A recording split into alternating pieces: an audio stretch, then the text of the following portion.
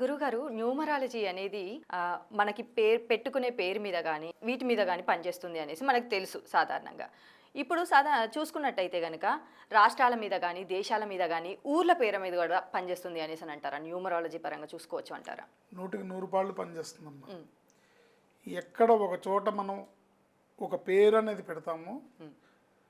ఆ పేరులో ఉండే స్పెల్లింగ్లో ఉండే నెంబర్ ఎవరికైనా పనిచేస్తుంది. ఓకే. ఒక మనిషి పేరు మీదైనా, లేదా మీరు ఒక పెంపుడు జంతువు కుక్కకి లేకపోతే గుర్రానికో హ్మ్. పెంపుడు జంతువులు ఉంటాయి కదా, అవును. వాటికి పేరు పెట్టుకున్నా, లేదా కొంతమంది గోమాతలకి లక్ష్మి అని హ్మ్. ఇలా పెడుతుంటారు. అవును. వాటికైనా, ఊరి పేర్లకైనా, రాష్ట్రాల పేర్లకైనా, దేశాల పేర్లకైనా ఈ నెంబర్ వర్తిస్తుంది. ఓకే. అది ఒక్కసారి ఎలా మీకు ఉదాహరణకు చెప్పాలంటే, ఆంధ్రప్రదేశ్ అనే పేరులో ఉండే రాంగ్ నెంబర్ వల్లే ఇవాళ ఆంధ్రప్రదేశ్ అనే రాష్ట్రం అతలాకుతలమై ఇబ్బందులకరమైన, ఒకటి మొన్నటిదాకా ఒక రకమైన రాజకీయ అనిశ్చితి, అది అయిపోయింది, సుస్థిరమైన కూటమి ప్రభుత్వం వచ్చింది, ఇంకా అంతా సంతోషంగా అంతా హ్యాపీగా జరుగుతుంది, అందరికీ ప్రజలందరికీ మేలు జరుగుతుంది అనుకున్న సమయంలో వరదలు, వర్షాలు, మునిగిపోవటం, బుడమేరు పొంగటం ఇలాంటివన్నీ జరుగుతున్నాయి. అవును. వీటికి ప్రధానమైన కారణం ఏంటంటే, ఇప్పుడు మన రాష్ట్రాన్ని, మన ప్రాంతాన్ని, ఈ ప్రాంతాన్ని ఇంతకుముందు ఉమ్మడి ఆంధ్రప్రదేశ్ ఉన్నప్పుడు ఢిల్లీ లెవెల్లో ఉన్న రాజకీయ నాయకులు కానీ అందరూ కూడా ఆంధ్ర అనేవాళ్ళు.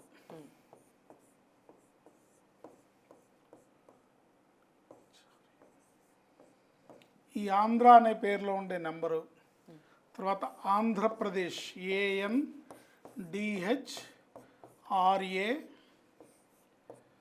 PRADESH,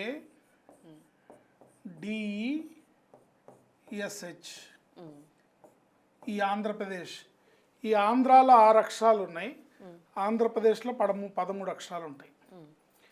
దీనిలో ఉండే సంఖ్యాబలమే తెలుగు రాష్ట్రం విడిపోవడానికి ప్రధానమైన కారణం. మిగతా కారణాలు ఎన్ని ఉన్నప్పటికీ కూడా, రాజకీయమైన, సామాజిక పరమైన, ప్రాంతాల వారీగా ఉండే గొడవలు ఎన్నున్నా ఏమైనా కూడా, ఇదంతా కూడా ఈ నెంబర్ ఆడిన గేమ్. ఆంధ్ర అనే పేరులో ఏ నెంబర్ ఉందో చూద్దాం.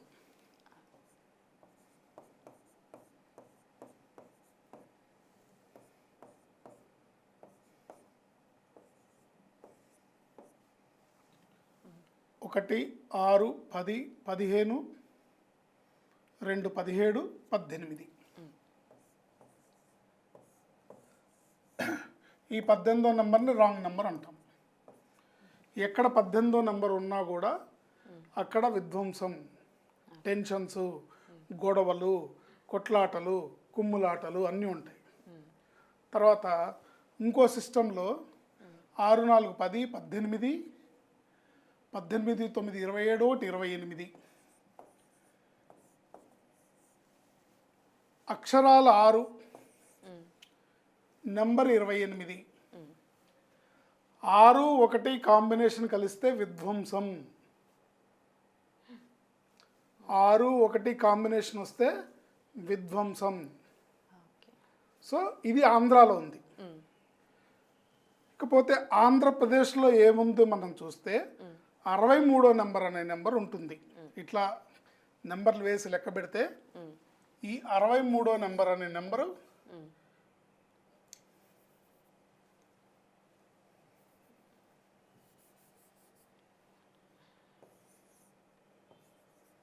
ఈ ఆంధ్రప్రదేశ్ టోటల్లో 63వ నెంబర్ అనే నెంబర్ ఉంటుంది. ఈ 63వ నెంబర్ వల్ల జరిగిన విధ్వంసం, రాష్ట్రం విడిపోవడం.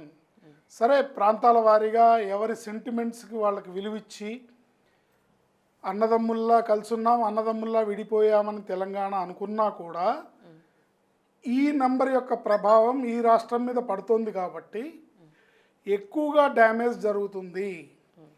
ఇక్కడ ఈ 13 జిల్లాల్లోనే హుదూద్ తుఫాన్ వస్తుంది, ఈ 13 జిల్లాల్లోనే రాజకీయ అనిశ్చితి నెలకొంటుంది, ఈ 13 జిల్లాల్లోనే అభివృద్ధి కుంటుపడింది, ఈ 13 జిల్లాల్లోనే ప్రజలు 4 జిల్లాలు కృష్ణా, గుంటూరు, ఈస్ట్, వెస్ట్, ఈ 4 జిల్లాలు టోటల్గా భారతదేశాన్ని పోషించగలిగిన సత్తా ఉన్న జిల్లాలు. అలాంటి జిల్లాల్లో ఉన్న రైతులు ఇవాళ వ్యవసాయం చేయడానికి వ్యవసాయం దండగనే పరిస్థితికి వచ్చారు. వ్యవసాయం చేయలేకపోతున్నారు. వ్యవసాయ కూలీలు దొరకట్లేదు. భవన నిర్మాణానికి కూలీలు దొరకట్లేదు. ఇసుక గవర్నమెంట్ ఇద్దామనుకున్నా ఇసుక మొన్నటిదాకా లేదు, ఇప్పుడు వాళ్ళు ఫ్రీగా ఇస్తామంటున్నారు. ఇప్పుడు ఒక మంచి ప్రభుత్వం వచ్చి ఏదో చేద్దామన్నా కూడా ఈ నెంబర్ వల్ల ఏమీ అభివృద్ధి జరగకుండా ప్రజలు తీవ్రమైన ఇక్కట్లు పడుతున్నారు. ఈ నెంబరు అంటే చాలామందికి వచ్చే డౌట్ ఏంటంటే, ఈ ఆంధ్రప్రదేశ్ ప్రభుత్వం ఏర్పడిన తర్వాత ఎప్పుడు పొట్టి శ్రీరాములు గారు నిరాహార దీక్ష చేసి 1956లో ఆంధ్ర రాష్ట్రాన్ని సాధించినప్పుడు, ఉమ్మడి మద్రాసు రాష్ట్రంతో కలిసి ఉన్నప్పుడు మాకు ఆంధ్ర రాష్ట్రం కావాలని పోరాటం చేసి ఈ రాష్ట్రాన్ని సాధించారు. అప్పటి నుంచి కూడా ఈ నెంబర్కి ప్రభావం ఉంది. బట్ ఎప్పుడైతే ఒక పాము ఉందనుకోండి, పాము పిల్లగా ఉన్నప్పుడు ప్రభావం చూపిస్తుందా? పెద్ద అయినాక ప్రభావం చూపిస్తుంది. ఈ నెంబర్కి ఎప్పుడైతే బలం వచ్చిందో అప్పటి నుంచి ప్రభావం చూపిస్తుంది. ఎప్పుడు ఈ నెంబర్కి బలం వచ్చింది అంటే, వైఎస్ రాజశేఖర రెడ్డి గారి హెలికాప్టర్ మిస్ అయ్యి ఆయన మరణం పొందిన తర్వాత ఈ నెంబర్కి బలం వచ్చింది. అర్థమైందండి? ఎందుకు 4 రోజులు ప్రపంచవ్యాప్త మీడియా అంతా కూడా ఆంధ్రప్రదేశ్ అని ముక్తకంఠంతో పలకడం వల్ల ఈ నెంబర్కి బలం వచ్చింది. మీరు ఆ రోజు నుంచి చూసుకోండి ఈ రోజు వరకు సమస్యలు అన్నీ ఓకే. కాలాంతరంలో తెలంగాణ అనే పదం బాగుంది, సంతోషం. హైదరాబాద్ అనే నెంబర్లో పేరులో ఉన్న నెంబర్ బాగుంది, సంతోషం. అందుకే మీకు ఈ తెలంగాణలో కానీ హైదరాబాద్లో కానీ వర్షాలు పడినా ఏం పడినా అభివృద్ధి కుంటుపడే పరిస్థితి ఏనాడు రాదు. రాజకీయ పరంగా కానీ, సామాజిక పరంగా కానీ, ప్రకృతి పరంగా కానీ ఏ విధంగా చూసుకున్నా కూడా ప్రజలు హలో లక్ష్మణ అనే ఇబ్బందులు పడే పరిస్థితి తెలంగాణలో, హైదరాబాద్లో రాదు. వేరస్ ఆంధ్రప్రదేశ్ ఉన్న నెంబర్ వల్ల ఇక్కడ ఇబ్బంది పడుతున్నారు. ఇది ఒక్క అక్షరంతో సరి చేయొచ్చు, బ్రహ్మాండంగా సరి చేయొచ్చు. దేశంలోనే నెంబర్ 1 రాష్ట్రంగా తీర్చిదిద్దచ్చు. అది ప్రభుత్వం ఎవరన్నా ఓ చంద్రబాబు నాయుడు స్థాయి వ్యక్తులో, ఒక పవన్ కళ్యాణ్ గారు లాంటి స్థాయి వ్యక్తులో దీన్ని నమ్మి చేస్తే కనుక ఒక్క అక్షరం మార్పుతో అద్భుతమైన ఫలితాలు సాధించవచ్చు. చూడండి, ఆ రోజు నుంచి ఈ రోజు వరకు తుంగభద్రా నదికి వరదలు వచ్చినాయి రాజశేఖర రెడ్డి గారు చనిపోయిన టైంలో. కర్నూలు అవన్నీ మునిగిపోయినాయి. తర్వాత తెలంగాణ ఉద్యమం ఉధృతిని అందుకొని మా తెలంగాణ మాకు కావాల్సిందే అని బాగా ప్రతి ఒక వ్యక్తికి సెంటిమెంట్ అయిపోయి రాష్ట్రం విడిపోయే పరిస్థితి వచ్చింది. విడిపోయింది. సరే, మనం ఒకే భాషను మాట్లాడే వాళ్ళు 2 స్టేట్స్ ఉండొచ్చు. ఇది తెలంగాణ అయినా ఆంధ్ర అయినా అంతా మనం అంతా అన్నదమ్ముల్లాగా ఉన్నామని అనుకున్నా కూడా ఈ నెంబర్ వల్ల ఇప్పుడున్న ఆంధ్రప్రదేశ్ ఏదైతే ఉందో ఆ ఆంధ్రప్రదేశ్ సఫర్ అవుతుంది. ఎంత నిజాయితీ గల రాజకీయ నాయకులు వచ్చినా, ఎంత నిజాయితీగా పనిచేసినా అక్కడ ఇబ్బందికరమైన పరిస్థితులే ఉంటాయి తప్ప అభివృద్ధిలోకి రావటం అనేది దీన్ని మారిస్తే బ్రహ్మాండంగా ఉంటుంది. తప్పకుండా దేశంలోనే నెంబర్ 1 రాష్ట్రంగా ఎదుగుతుంది అని మనం ఖచ్చితంగా చెప్పచ్చు. ఎందుకంటే తెలంగాణ విడిపోవడం చూడండి, పరస్పరం సినిమా నటులు అంటే పరస్పరం 2 రాష్ట్రాల్లో వాళ్ళ అభిమానులు ఉంటారు కాబట్టి వాళ్ళ సహాయాన్ని, వరద సహాయాన్ని 2 రాష్ట్రాల వాళ్ళకి అందించారు.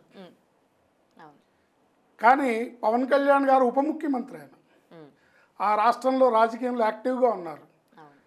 ఆయన కూడా ఇద్దరికీ అందించారు. ఆయన ఇక్కడ వచ్చి తెలంగాణకు వచ్చి సీఎంని కలిసి సీఎంకి ఆయన సహాయాన్ని అందించారు. వేరాజ్ ఇక్కడ సీఎం వెళ్ళి ఆంధ్రప్రదేశ్కి అందించారా? ఎందుకు అంటే ఆయనకి మనసుంది, ఆయన చేయరని కాదు. ఈ నెంబర్ వల్ల ప్రజలు ఇబ్బంది పడతారు, సహాయ సహకారాలు చాలా తక్కువగా అందుతాయి, అభివృద్ధి అనేది కుంటుపడే దిశగా ఉంటుంది. అన్నపూర్ణ అని పిలువబడే ఆంధ్రప్రదేశ్ రాష్ట్రం ఇబ్బందికరమైన పరిస్థితుల్లోకి, దారిద్ర్యరేఖకి దిగువకి దిగిపోవడానికి, ఎటువంటి ఫ్యాక్టరీలు ఇండస్ట్రీలు లేకుండా పడిపోవడానికి, రియల్ ఎస్టేట్ పడిపోవడానికి అన్నిటికీ కారణం ఈ నెంబరే. ఈ నెంబర్ని సరిచేయటం ద్వారా అద్భుతమైన ఫలితాలని సాధించవచ్చు. ఇది ఎవరన్నా పెద్దలు పూనుకొని చేయాలి. నాకు దీన్ని సరిచేసే అనే పేరు ప్రఖ్యాతులు కూడా అవసరం లేదు. ఓకే, గవర్నమెంట్లో ఒక చిన్న గెజెట్తో ఇప్పుడు వైఎస్ రాజశేఖర రెడ్డి గారు ముఖ్యమంత్రిగా ఉన్నప్పుడు కడప స్పెల్లింగ్ ఆయనకు నచ్చలేదు. అంతకుముందు కడప అనే ఊరి పేరు స్పెల్లింగు CUDDAPPAH అని ఉండేది. అది ఆయనకి నచ్చలేదు. ఒక్క జీవోతో ఈ రోజు నుంచి కడప స్పెల్లింగ్ని KADAPA కింద మార్చేయండి అని ఒక జీవో పాస్ చేసి ఒక సంతకం చేసి మార్చేశారు. ఏ కారణం లేకుండా కడప స్పెల్లింగ్ని మార్చగలిగిన ముఖ్యమంత్రి స్థాయి అధికారం ఉన్న వ్యక్తి రాష్ట్రాభివృద్ధి కోసం ప్రజల సంక్షేమాన్ని దృష్టిలో పెట్టుకొని మీరు ఎన్నో చేస్తున్నారు, ఈ ఒక్క పని చేయండి, అద్భుతమైన అభివృద్ధి, అద్భుతమైన పాలన, అద్భుతమైన ప్రజలు, సిరి సంపదలు ఈ రాష్ట్రంలో వెల్లివిరుస్తాయి అని మనం తప్పకుండా చెప్పచ్చు. ఇలాంటి ప్రకృతి వైపరీత్యాలు ఇది సరిచేయకపోతే మటుకు ఇలా కంటిన్యూ అవుతూనే ఉంటాయి. విజయవాడకి ఎన్నిసార్లు వరదలు వచ్చినాయి, ఎన్నిసార్లు తుఫాన్లు వచ్చినాయి. ఎప్పుడు బంగాళాఖాతంలో వాయుగుండం పడినా కూడా ఫస్ట్ ఎఫెక్ట్ అయ్యేది కోస్తా తీరమే. సో వాయుగుండం పడడము ఎఫెక్ట్ అవ్వడం వేరు, కానీ ప్రజలు తీవ్రమైన ఇక్కట్లు పడడం వేరు. దీనికి మళ్ళీ నెగటివ్ రాజకీయాలు, నెగటివ్ మనుషులు ఇవన్నీ ఉండనే ఉంటాయి. ఏదేమైనప్పటికీ దీంట్లో కనుక బలమైన సంఖ్యాబలాన్ని మారిస్తే, ఒక్క అక్షరం ఆంధ్రప్రదేశ్లో జత చేస్తే ఆంధ్ర అన్న అద్భుతమైన సంఖ్య అవుతుంది, ఆంధ్రప్రదేశ్ అన్నా కూడా అద్భుతమైన సంఖ్యాబలంతో కూడుకుని బ్రహ్మాండమైన అభివృద్ధి సాధిస్తుంది అని ఘంటాపదంగా చెప్పచ్చు. అలాగే గురుగారు, అసలు ఒక్క అక్షరం తేడాతోని అసలు ఎలాంటి ప్రళయాలు జరుగుతున్నాయనేది చాలా చక్కగా వివరించారు గురుగారు. ఇప్పటివరకు ఎవరు ఇది చెప్పలేదు.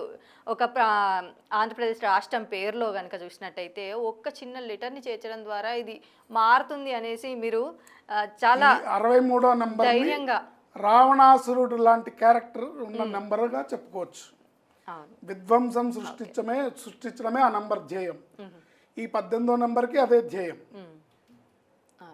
ఈ 2 నెంబర్లు మారిపోతాయి. ఒక్క అక్షరం ఆంధ్రప్రదేశ్లో యాడ్ చేస్తే 2 నెంబర్లు మారిపోయి ఈ రాష్ట్రం, ఆంధ్రప్రదేశ్ రాష్ట్రం సస్యశ్యామలమై చక్కగా ఆంధ్రప్రదేశ్ తెలంగాణ ఇద్దరు కూడా నిజమైన అన్నదమ్ముల్లాగా కలిసిమెలిసి, విడివిడిగా ఉంటూనే కలిసిమెలిసి అభివృద్ధి సాధించి, అభివృద్ధిలో పోటీ పడుతూ ఒకళ్ళని మించి ఒకళ్ళు అభివృద్ధి చెందుతారు అని చెప్పడంలో ఎటువంటి సందేహం లేదు.